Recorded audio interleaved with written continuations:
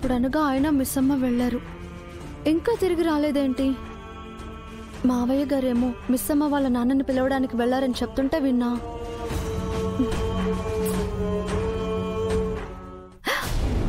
అమ్మో, అట్నుంచటే సరదాగా ఎక్కడికైనా వెళ్లారా?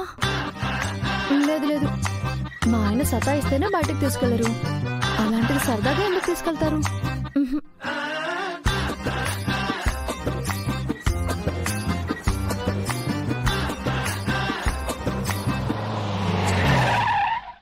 అయ్యో మిస్ అమ్మా,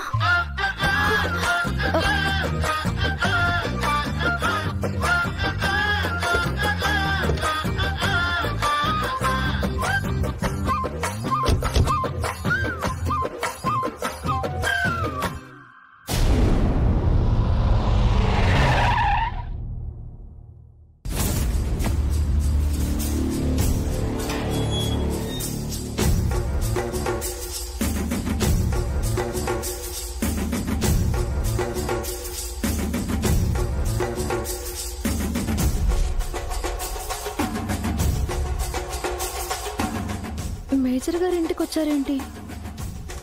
పైగా మిలిటరీ వాళ్ళని కూడా తీసుకొచ్చారు. ఏం జరుగుతుంది? ఏమైందండి? సడన్ గా మిలిటరీ వాళ్ళు ఎందుకు వచ్చారు?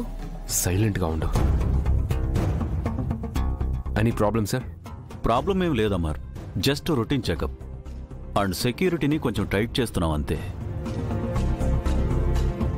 ఏదైనా సమస్య ఉంటే చెప్పండి బాబు, పర్వాలేదు. నథింగ్ టు వరీ అండి. ఇంతమంది మిలిటరీ వాళ్ళని తీసుకొచ్చి ఇంటి ముందు పెట్టి భయపడకండి అంటే ఎలా సార్? వాళ్ళు మాకు ధైర్యం ఇవ్వడం మాట దేవుడెరుకు, కానీ వాళ్ళని చూస్తేనే భయంగా ఉంది. అవును డాడ్, మాకు కూడా భయంగా ఉంది.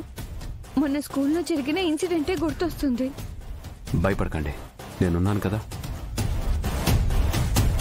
ఇదంతా చూస్తుంటే నాకెందుకో ఏదో జరగబోతోందనిపిస్తుంది.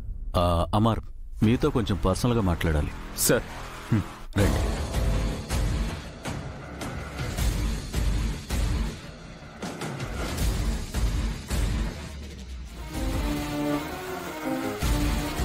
చెప్పండి సార్.